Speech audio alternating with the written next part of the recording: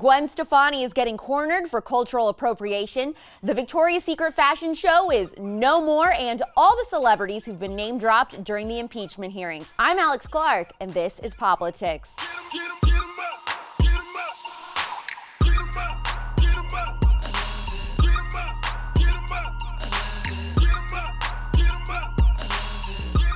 But her woke archaeologists have been digging through Gwen Stefani's discography to accuse her of cultural appropriation. If you remember, Gwen created an immediate hit in the pop culture world in the early 2000s with her Harajuku Girls era. It was an entourage of Japanese American and Japanese backup dancers who were seen with Gwen everywhere because she was so inspired by Japanese culture.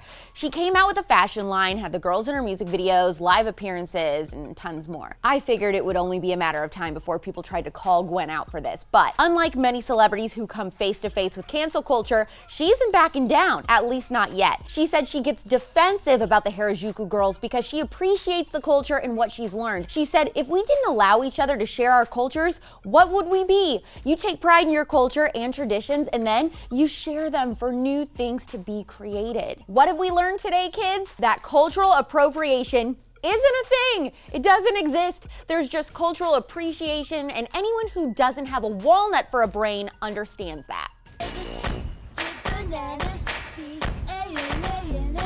If you think politics are boring, clearly you haven't been watching the nonsense impeachment hearings, because just yesterday there were 3 celebrity name drops: Kim Kardashian, A$AP Rocky, and Jay Leno. On behalf of the president, to assist a rapper who was jailed in Sweden, you can tell the Kardashians you tried. All I'm gonna say is, no matter how you feel about the president, the one thing we should all be able to agree on is that he is the most entertaining, exciting, and most in tune with pop culture president we've ever had. He's a reality star. He's trying to get rappers out of jail. He's been referenced in countless movies, TV shows, and hip-hop songs for being a bona fide icon. By the way, that stuff was happening long before he was president, and that's the tea. Excuse me, where's the lobby?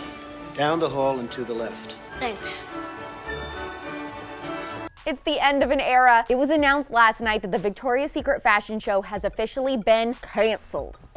And I don't mean canceled like on Twitter, I mean canceled forever. And people are shocked. I believe in only 2 things completely: the First Amendment and boobs. The L brand CFO, Stuart Bergdorfer, said that they want to update the brand of Victoria's Secret and that they'll continue to communicate with fans just via social media. Honestly, I've listened to people who think it should go, and I've listened to people who think it should stay.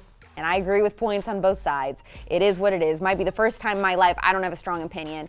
I'm not going to miss it. I barely ever watched it. I will say this though, the contradictions that I've been seeing from feminists on this issue are astounding. Can someone please explain to me how the same women who participate in the slut walk think that the Victoria's Secret fashion show should shut down because it objectifies and harms women? Okay, don't lie to us. You don't think that. Why do you lie? You get on your soapbox all the time about women empowerment and encouraging girls to sleep around like men, free the nipple, and say that prostitution should be legal. Then all of a sudden, you say that there's a show with beautiful women in lingerie and magically overnight it's degrading? That seems like it makes sense, but it doesn't. Want to know why I'm not a feminist? Because their convictions have as much depth as a kiddie pool in a community water park, with the floating turd and all. By the way, the CEO of L Brands was a well-known client of Jeffrey Epstein.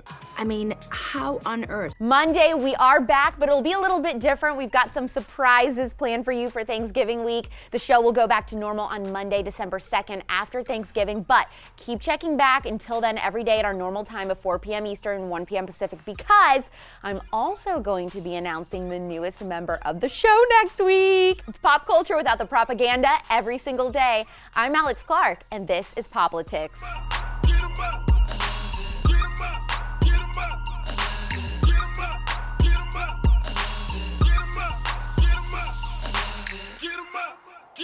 Don't forget to subscribe to Turning Point USA's YouTube channel and ring the bell for notifications so that you never miss an episode.